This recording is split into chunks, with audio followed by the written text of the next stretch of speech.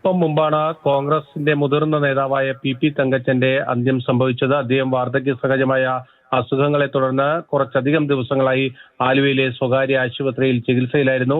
കേരളത്തിലെ തന്നെ കോൺഗ്രസിന്റെ മുതിർന്ന നേതാവാണ്. ഒരു കാലത്ത് എറണാകുളം ജില്ലയിലെ ഏറ്റവും തലയെടുപ്പുള്ള കോൺഗ്രസ് നേതാക്കളിൽ ഒരാളായിരുന്നു. KPCCയുടെ മുൻ അധ്യക്ഷനാണ്. ഏറെക്കാലം UDFന്റെ കൺവീനറായിരുന്നു. മുൻ കൃഷി മന്ത്രിയാണ്. അതോടൊപ്പം തന്നെ 4 വർഷത്തോളം കേരള നിയമസഭയുടെ സ്പീക്കറായിരുന്നു. 1991 മുതൽ 95 വരെ പി തങ്കച്ചനായിരുന്നു നിയമസഭാ സ്പീക്കറായിരുന്നത്. 4 വട്ടം അദ്ദേഹം പെരുമ്പാവൂരിൽ നിന്ന് നിയമസഭയിലേക്ക് വിജയിച്ചിട്ടുണ്ട്. 1982 മുതൽ 96 വരെ തുടർച്ചയായി നിയമസഭാ മത്സരങ്ങളിൽ പെരുമ്പാവൂരിനെ പ്രതിനിധീകരിച്ച വ്യക്തിയാണ് പി തങ്കച്ചൻ.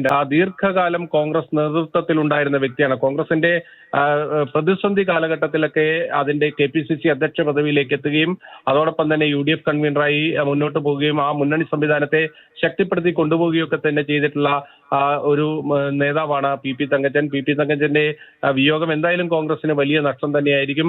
വാർദ്ധക്യ സഹജമായ അസുഖങ്ങളെ തുടർന്ന് അദ്ദേഹം ദീർഘകാലമായിട്ട് ഈ പൊതുരംഗത്ത് നിന്ന് വിട്ടു നിൽക്കുകയായിരുന്നു. പെരുമ്പാവൂരിലെ വീട്ടിൽ വിശ്രമ ജീവിതത്തിലായിരുന്നു. അതിനിടയിലാണ് അദ്ദേഹത്തിന് രോഗം മൂർച്ഛിച്ചത്. കഴിഞ്ഞ ഒരു 10-15 ദിവസമായി അദ്ദേഹം ആലുവയിലെ സ്വകാര്യ ആശുപത്രിയിൽ ചികിത്സയിലായിരുന്നു.